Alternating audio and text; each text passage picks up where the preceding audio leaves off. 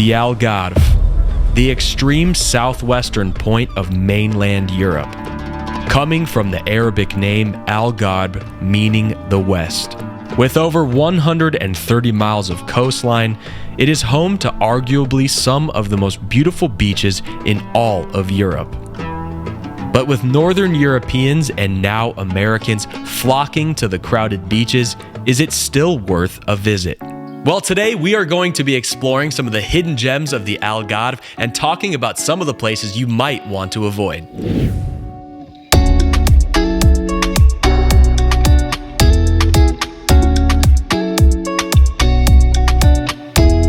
This is some guy named Dave in Portugal, and in this episode we are going to be traveling the entire Algarve, all the way from the western tip of Sagres to the incredibly charming town of Tavira, located just 15 minutes from the border of Spain. We're going to be seeing some of the most beautiful beaches in Portugal and even trying some of the best piri-piri chicken Portugal has to offer.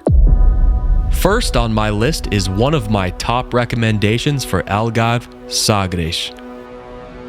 Sagres is the extreme southwestern point of the Algarve and mainland Europe, specifically Cape of St. Vincent. Sacred to the ancient Greeks and Romans who considered it the end of the known world. Several naval battles have been fought for centuries in the vicinity of this cape. If you're a history buff like me, I would definitely recommend visiting Sagres. It's off the beaten path a little bit, but the history alone is definitely worth it. You won't find the luxury resorts that you will in the rest of the Algarve, but if you are looking for a traditional Portuguese experience, this is probably one of the most authentic ones in all of the Algarve. The accommodations are also very well priced in this area. There are miles and miles of beaches with no one on them, and Sagres has some of the best surfing in the entire Algarve. The best waves would be September through November. Then, if you drive about a half an hour east, you will arrive in Lagos.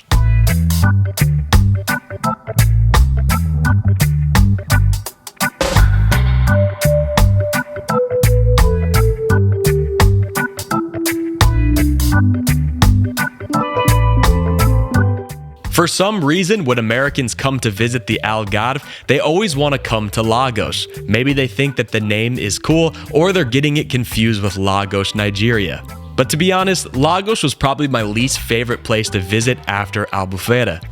Don't get me wrong, Lagos has no shortage of beauty. It is home to many of the orangish red limestone cliffs that Algarve is so famous for. It also makes for a great location to exploring the surrounding areas.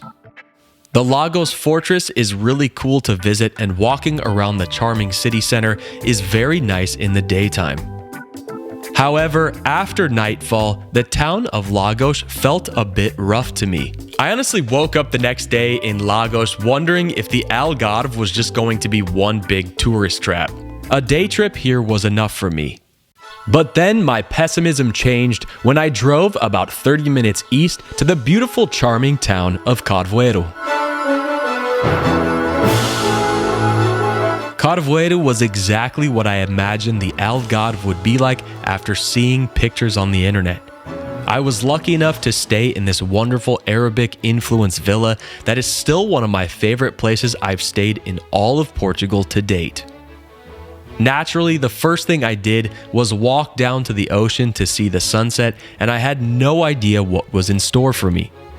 As I arrived, I was treated to an absolutely breathtaking sunset, and there was a boardwalk above the limestone cliffs that made for one of the most romantic settings I had ever experienced.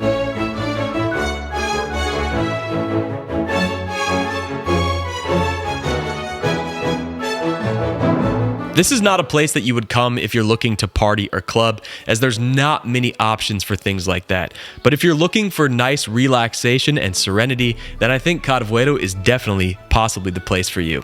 Now, Carvoeiro is not far at all from the famous Benajil Cave with the big hole in the top that you may have seen all over the internet and Instagram.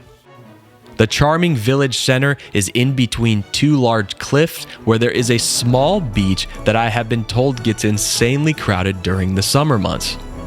Carvoeiro is an increasingly popular place to retire, and it makes sense why. It is located within a very short distance to many golf courses in the area that are more affordable than the prestigious courses near Tavira in the eastern Algarve.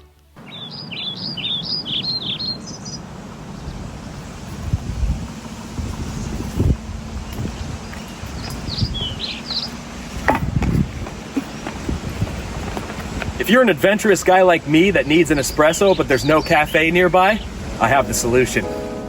The Auton Nano portable espresso machine is convenient for outdoor enthusiasts and coffee lovers on the go.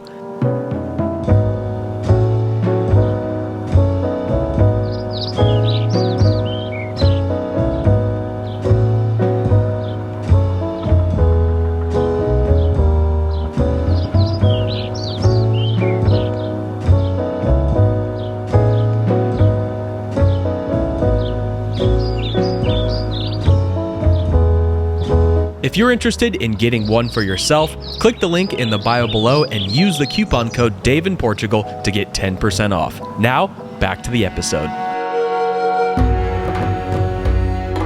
Located fairly close to Carvoeiro is the Lagoa Sand City.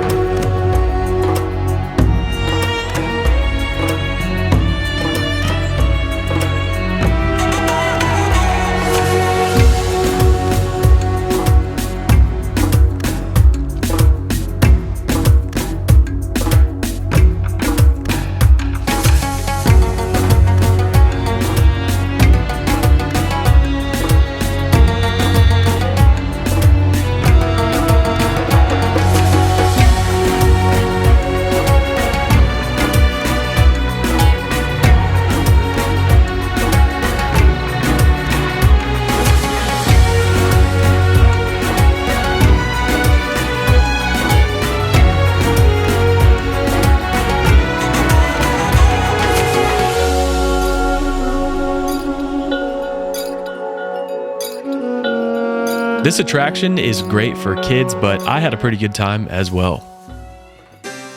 Silves is a really cool, charming medieval town with one of the best castles in the Algarve. Would definitely recommend taking a stroll through the cobblestone streets and having a drink at the bar on top of the castle.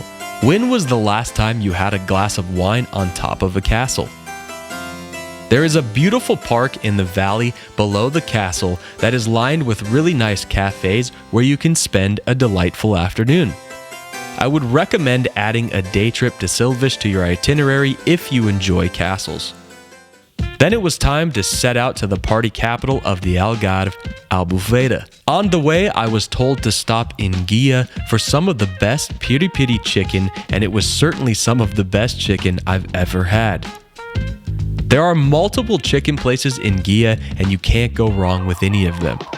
This would be an excellent opportunity to be like the locals and try the local high-proof spirit called Madronio. That's what nightmares are made of. This is the Portuguese equivalent to moonshine or Italian grappa. But definitely drink the Madronio with caution, as it is very powerful stuff and it'll get you drunk pretty quick. Then I arrived in Albufeira. Albufeira is like the Cancun for Europeans. You can't walk a block without seeing signs outside of bars advertising shots of liquor with names like porn star and sex on the beach. I remember when I was 18. The beach here is beautiful, but as you can imagine, it gets very, very busy with tourists. I did have an incredible culinary experience at the Windmill restaurant inside of, you guessed it, a windmill. The food presentation was exquisite and the atmosphere was very romantic. Would recommend for people looking for a date spot with a unique and upscale experience. Albufeira is not really my cup of tea, and I would consider avoiding it if you're not interested in partying or clubbing. Then it was time to head into the Golden Triangle, a name given to the affluent region outside of the capital of Algarve, Faro. This area is famous for its luxury resorts and Michelin star restaurants. It is located between these 3 points. Vila Moura, a luxury resort town with a large marina that has many yachts and sailboats, as well as a large casino. What happens in Vila Moura stays in Vila Moura. Nothing good can be happening here. Then you have the charming little town of Almansil in Lolé, which is known for its Michelin star restaurants. In fact, it has more than any town in the Algarve. And the third point are the luxury golf courses of Quinta do Lago and Valo de Lobo. If you have buku bucks and you're trying to ball out, then this is the place where you can make it rain. But that's not me, so let's move on. On my way east towards the border of Spain, I ended up stopping in the fisherman town of Olio, which I ended up enjoying very much. It is a very modest little town with strong authenticity. The bustling fish market is one of the best in the Algarve and is quite a sight to see.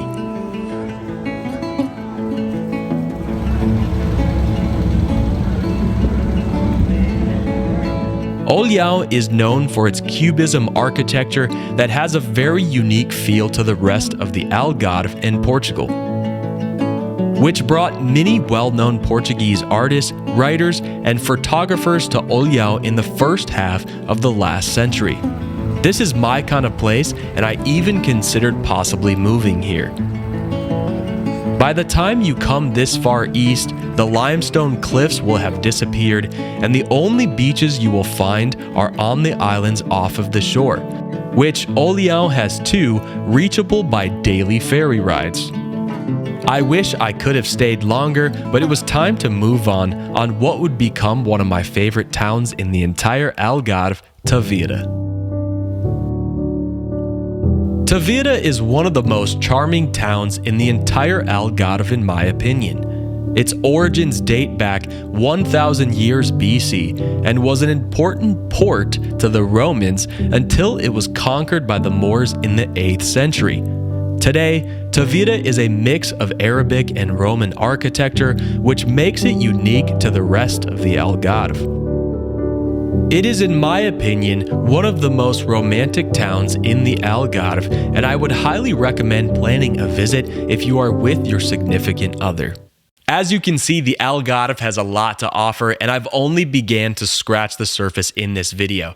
Comment below with any suggestions of places that you think people should visit in coming to the Algarve. Hopefully this video helped you decide if the Algarve is worth a visit for you and where you'll be going when you make your trip here. If you want to see more videos about Portugal, make sure to hit the like and subscribe button. I'll be posting videos just like this every single week on this channel. This is Dave in Portugal, and we'll see you next time.